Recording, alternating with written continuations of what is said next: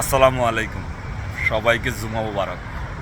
তো আজকেও ফেরাউনের কথা মনে পড়লো যে ফেরাউন এমন একটা ব্যক্তি ছিলেন যে তার দোকানের বাকি খাই সেই টাকা না দিতে পারি সে তার দেশ ছাড়ি পালায় অন্য দেশ মানে মিশরে যায়। সেই মিশরের রাজা হইছে সেই ফেরাউন।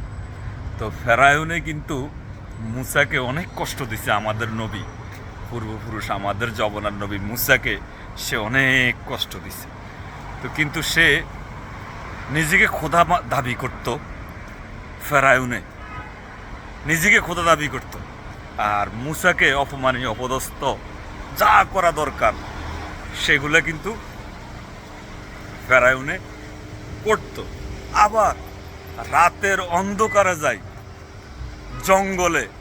ফেরাউনে কি করতো? রাতের অন্ধকারে জঙ্গলে যায়, নিজের পা দুইটা গাছের লগে ঝুলাইয়া বাইন্দা নিজে ঝুলতো মাথা নিচের দিকে পা উপরের দিকে, আর বলতো যে আল্লাহ তুমি যে রব, তুমি যে আল্লাহ, আর মুসা যে তোমার নবী, এটা আমি স্বীকার করি, কিন্তু জনসম্মুখে আমি এটা স্বীকার করতে পারতেছি না।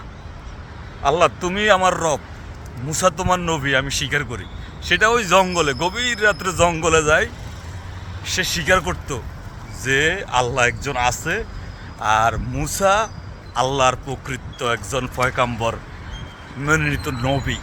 এটা সে গভীর রাত্রে জঙ্গলে যায়, সেটা স্বীকার করতো আল্লাহর কাছে, কিন্তু প্রকাশ্যে সে আইসা বলতো সে নিজেই খোদা। তো এইটা ছিল ফেরাউনের কার্যকলাপ। তো এটা বললে অনেক বড় ইতিহাস লম্বা করে, আমি ছোট্ট করে বলতেছি।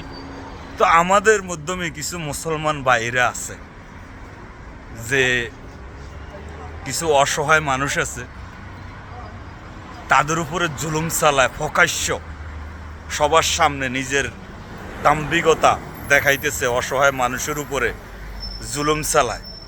আবার এই ফেরাউনের মতো রাতের অন্ধকারে আসি আবার মাপ চায়। তো এগুলো ঠিক না।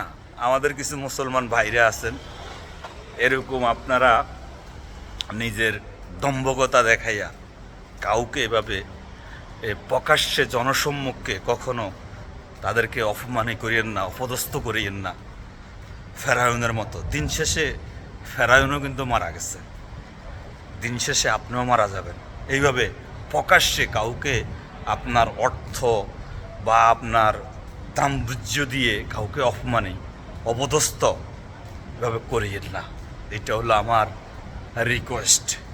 সবাই ভালো থাকবেন, সুস্থ থাকবেন, আবারও কথা হবে। আসসালামু আলাইকুম।